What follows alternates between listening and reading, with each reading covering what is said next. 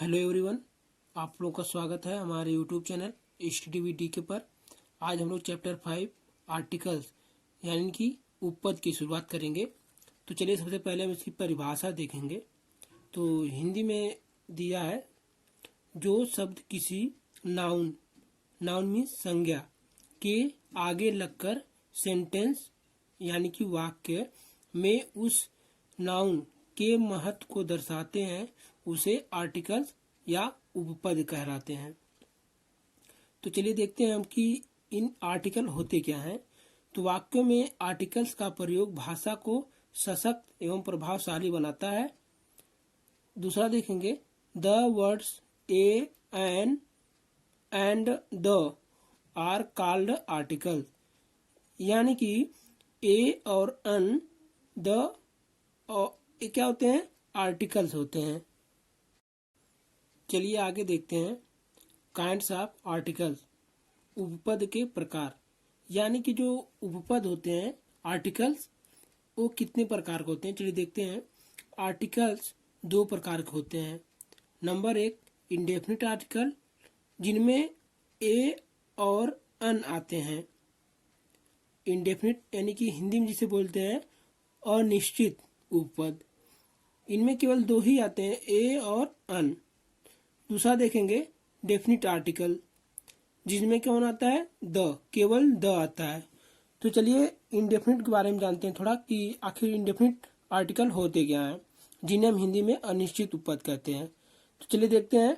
A R N का प्रयोग किसी नाउन के पोजीशन को इंडेफिनिट और अनसर्टेन, हिंदी में अनिश्चित बोलेंगे, बनाने के लिए किया जाता है। जैसे चलिए उदाहरण के जरिए जानते हैं कि अनिश्चित उपपद क्या होते हैं। ए दिया है, ही सा एन ओल्ड मैन, उसने एक बूढ़ा व्यक्ति देखा। देखिए यहाँ पर एन लगा है, एन लगा हुआ है, तो ये क्या हो गया, आर्टिकल्स हो गया। दूसरा देखेंगे, देयर वाज ए किंग, एक राजा था। तो ए क्या हो गया, यहाँ पे देखिए ए लिखा है ना, किंग के पहले क्या लगा है, ए लगा है। किंग क्या है, राजा, एक संज्ञा है, और उसके पहले क्या लगा है, ए। ये क्या है, आर्टिकल यानी कि उपपद है। तीसरा देखेंगे, see, a dog was barking and at night, एक कुत्ता रात में भौंक रहा था। देखिए यहाँ पर ए लिखा है, यहाँ पे ए, और डॉग क्या है, डॉग एक नाउन हो गया यानी कि संज्ञा हो गया, और ए क्या हो गया, आर्टिकल। तो यानी कि हमने पहले ऊपर भी पढ़ा था कि जो संज्ञा होगी उसके पहले क्या लगेगा, आर्टिकल लगेगा। चलिए देखते हैं दूसरा, डेफिनिट आर्टिकल, जिन्हें हम हिंदी में निश्चित उपपद कहते हैं। तो सबसे पहले हम डेफिनिट आर्टिकल की परिभाषा देखेंगे। तो चलिए देखते हैं। द का प्रयोग किसी नाउन के पोजीशन को डेफिनिट और सर्टेन, निश्चित बनाने के लिए किया जाता है। यानी कि जब हम द का प्रयोग करेंगे, नाउन के पहले लगाएंगे, तो उसका मतलब होगा कि वह जो वस्तु होगी, संज्ञा होगी, वो क्या होगी, निश्चित होगी। तो चलिए हम उदाहरण के जरिए समझेंगे। उदाहरण ए दिया गया है, the house in which I live is new, घर जिसमें मैं रहता हूँ नया है। यानी जो हाउस दिया गया है, घर, यानी कि ये घर निश्चित है, यानी कि इसको निश्चित दर्शाने के लिए द का प्रयोग किया गया है। तो ये क्या हो गया, डेफिनिट आर्टिकल हो गया। बी देखेंगे, the gold of Nepal is cheap, यानी कि नेपाल का सोना सस्ता है। ये निश्चित है, निश्चित है, गोल्ड क्या है, सोना, यानी कि निश्चित है, इसलिए इसके आगे क्या लगा है, द लगा है।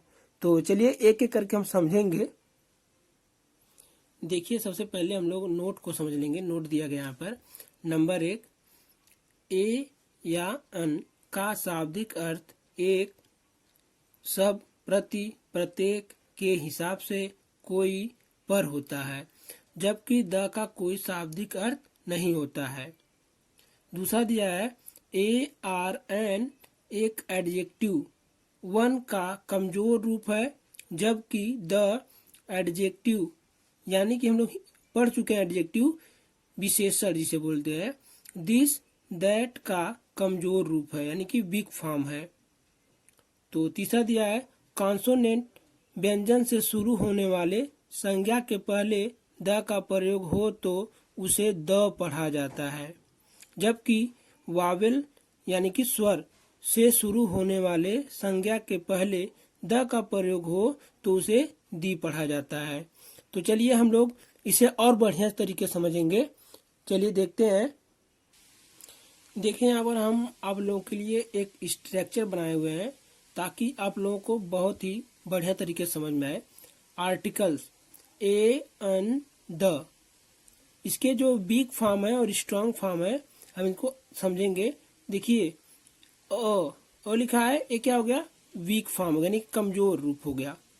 स्ट्रांग फॉर्म क्या होगा इसका? क्या होगा इसका? ए, यानी कि ए जो है इसका वीक फॉर्म अ और strong form A.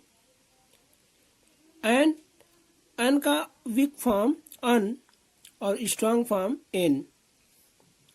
Article the का वीक फॉर्म द और दी हो जाएगा, स्ट्रांग फॉर्म इसका दी।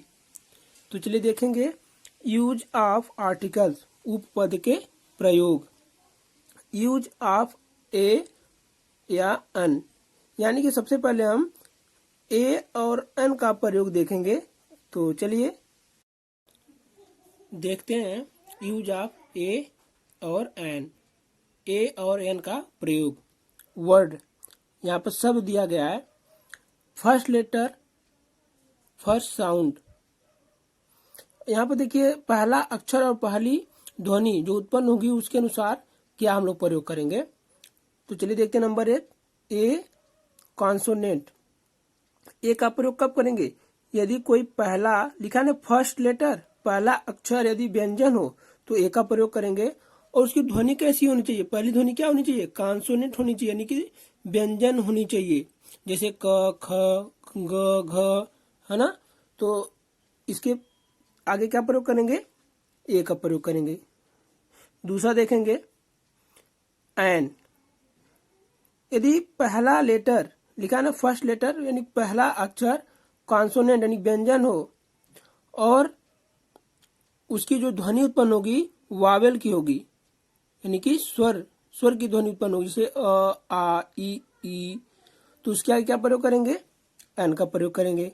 तीसरा दिया गया है अन, वावेल, यानी कि जो फर्स्ट लेटर है यानी पहला अक्षर है, अगर यदि वावेल दिया गया है तो उसके आगे हम क्या प्रयोग करेंगे? अन का प्रयोग करेंगे। और यदि उसके फर्स्ट साउंड यानी जो पहला ध्वनि होगी वावेल की होगी, यानी स्वर की होगी, तब भी उसके आगे हम अन का प्रयोग करेंगे। चौथा दिया गया है ए। यदि पहला लेटर यानी कि अक्षर वावेल दिया गया, यानी स्वर दिया गया है, तो उसके आगे ए का प्रयोग करेंगे, लेकिन उसकी ध्वनि क्या होनी चाहिए? कॉन्सोनेंट ध्वनि होनी चाहिए, यानी कि व्यंजन की ध्वनि होनी चाहिए, जैसे क, ख, ग, घ ना।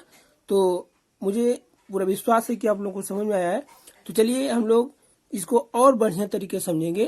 तो चलिए देखते हैं आगे क्या दिया गया है। तो यहाँ पर नोट करके दिया है नंबर 1, किसी वर्ड का फर्स्ट लेटर कॉन्सोनेंट हो तथा फर्स्ट साउंड हिंदी के व्यंजन वर्ड जैसे क, ख, ग आदि से मिलता जुलता हो तब तो ए का प्रयोग होता है। जैसे लिखा गया है a cat, a bat, a bench. देखिए यहाँ पर तो ए वर्ड दिया गया है कैट, CAT। देखिए यहाँ पर सी है, लेकिन हम इसे पढ़ क्या रहे हैं? हिंदी के वर्ण व्यंजन से क पढ़ रहे हैं, तो क लिखा गया, तो इससे हम क्या प्रयोग करेंगे? ए का प्रयोग करेंगे, यानी कि a cat, a bat. A B लिखा गया तो इसे हम पढ़ क्या रहे हैं? ब, यानी कि ये भी क्या व्यंजन है, तो इसके आगे अ का प्रयोग करेंगे। सी ए बेंच, यानी कि इसके आगे ब बेंच, ब पढ़ेंगे इसको, तो इसको हम क्या लिखेंगे? इसके आगे कौन सा आर्टिकल यूज करेंगे? ए का। तो चलिए दूसरा देखते हैं। किसी भी वर्ड का फर्स्ट लेटर कॉन्सोनेंट हो तथा फर्स्ट साउंड हिंदी के स्वर वर्ड जैसे आ, छोटी ई, बड़ी ई, छोटा ऊ, बड़ा ऊ, ए ओ आदि से मिलता जुलता हो, अर्थात वावेल हो, यानी कि क्या हो? स्वर हो, तो एन का प्रयोग होता है। चलिए देखते हैं जैसे उदाहरण में। तो यहाँ पर एग्जाम्पल दिया गया है ए करके, एन ऑनेस्ट मैन। देखिए यहाँ पर एन का यूज हुआ है, लेकिन हम HONEST यानी कि क्या लिखा गया है, ऑनेस्ट। तो आ इसे हम पढ़ रहे हैं, तो इसका जो ध्वनि निकल रही है आ की निकल रही है, यानी कि हिंदी वर्ड के स्वर निकल रहे हैं आ। तो इसके हम आगे क्या यूज करेंगे, एन का प्रयोग करेंगे। तो यहाँ पर उदाहरण दिया गया है, an honest man, an MA, an MLA, an Xmas tree. तो देखिए ये वाला एन का यूज हुआ यहाँ पर। तो इसे हम क्या पढ़ रहे हैं, ये वर्ड क्या लिखा गया है, ऑनेस्ट। तो आज इसे हम कौन सी ध्वनि निकल रही है, पहली जो अक्षर है वो ध्वनि कौन सी निकल रही है, स्वर की निकल रही है आ। तो इसके आगे हम कौन सा आर्टिकल, एन का प्रयोग करेंगे।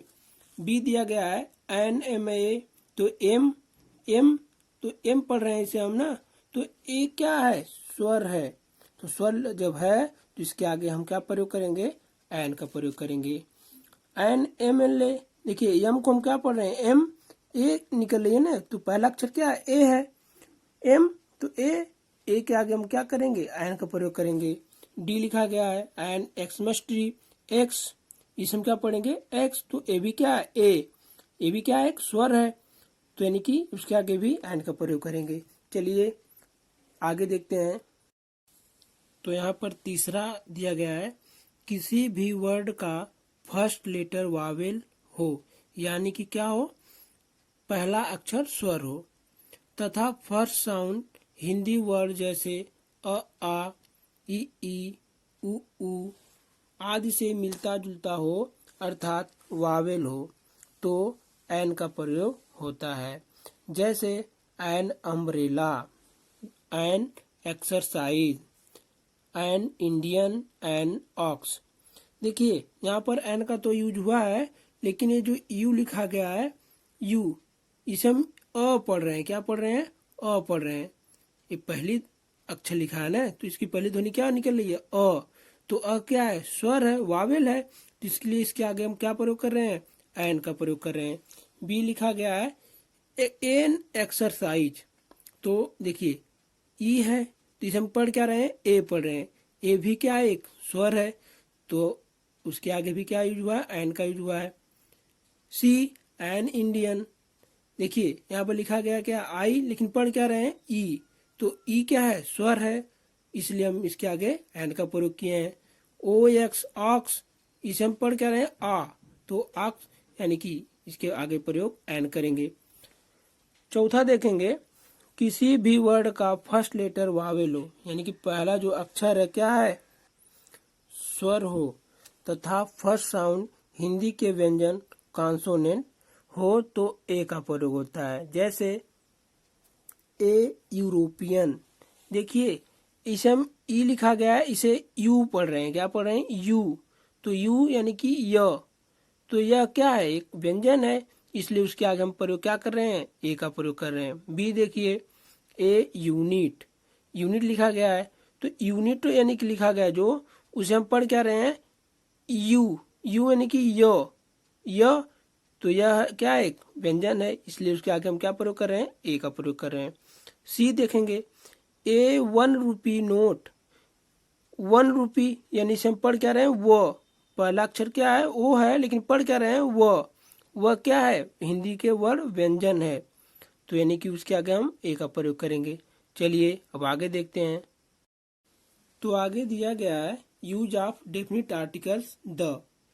तो हम लोग द का प्रयोग कहाँ कहाँ पर होता है उसको पढ़ेंगे। तो चलिए देखते हैं। नंबर 1, द का प्रयोग पर्वत श्रेणियों यानी कि सीरीज ऑफ माउंटेन्स के नाम के पहले होता है, जैसे the Himalayas, the Alps, the Eastern घाट।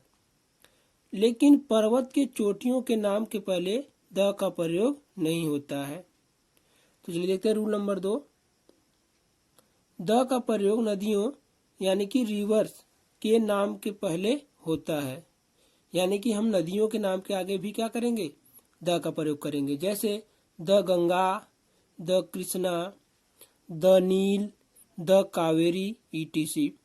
और एक बात याद रखिएगा कि जब किसी नदी का नाम उसके शहर के नाम से जुड़ा हो जिस पर वह स्थित हो, तो उस नदी के नाम के पहले द का प्रयोग नहीं करते हैं।